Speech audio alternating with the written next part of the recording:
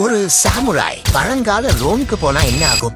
டே 1 பழங்கால ரோம் கொலாசியம்ல 50,000 மக்களும் எந்த சத்தமும் இல்லாம அப்படியே அமைதியா உட்கார்ந்துருக்காங்க. முதல் கேட் திறக்குது. உள்ளே ஒரு சாமுராய் வீரன், கையில கூர்மையான கட்டானா, கண்ணுல கொஞ்சம் கூட பயம் இல்லாத அமைதி. இரண்டாவது கேட் திறக்கும் போது மொத்த கொலாசியமும் அதிருது. உள்ளே வர்றது கோபத்தோட உச்சமான த ஹல்க். அடுத்து என்ன நடக்கும்னு நான் சொல்ல வேண்டியதில்லை, அது உங்களுக்கே தெரியும். டே 2 ரோம் நகரத்தோட பிஸியான மார்க்கெட்ல நீங்க நடந்து போறீங்க.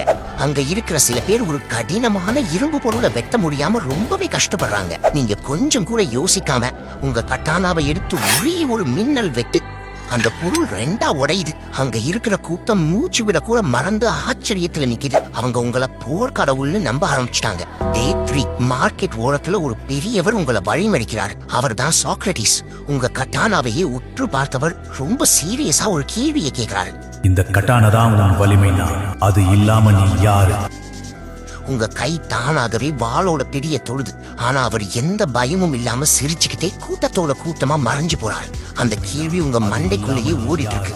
டே 4 ஜூலியஸ் சீசர் உங்களை நேர்ல பார்க்க கூப்பிடுறாரு. உங்க சாமுராய் கவசத்தை பார்த்து மிரண்டு போனவர், இது எங்கே கிடைச்சது? இதே மாதிரி ஒரு 10,000 கவசம் நம்ம வீரர்களுக்காக செய்ய முடியுமா? நீங்க எந்த பதிலும் சொல்லாம தலைய கூட திருப்பாம அந்த ஆஃபரை வேண்டாம்னு சொல்றீங்க. சீசருக்கு இது ஏதோ மர்மமான விஷயம்னு நினைச்சு அவரோட டைரியில கூச்சு வச்சுக்கிறாரு. டே 5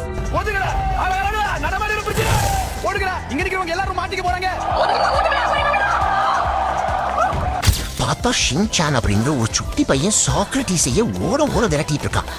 உலகத்துக்கே தத்துவம் சொல்லி கொடுத்த பெரிய அறிவாளியையே தன்னோட சேட்டையால பயங்கரமா டென்ஷன் ஆக்கிட்டா அந்த சிறுவன். ஒரு சாமுராயால கூட செய்ய முடியாத ஒரு விஷயத்தை இந்த ஷின்சான் ரொம்ப ஈஸியா செஞ்சுட்டான். டே 6 நீங்க ஜப்பான் திரும்ப ஒரு குதிரை மேல ஏறி உட்காருங்க. அப்போ தூரத்துல ஹல்கும் சாக்ரட்டிஸும் ஏதோ பேசிட்டு இருக்கிறத பாக்குறீங்க.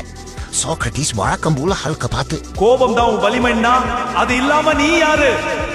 ஹல்க்கு இந்த தத்துவம்லாம் புரியாது, ஆனா இவரை எப்படி டீல் பண்ணணும்னு நல்லாவே தெரியும்.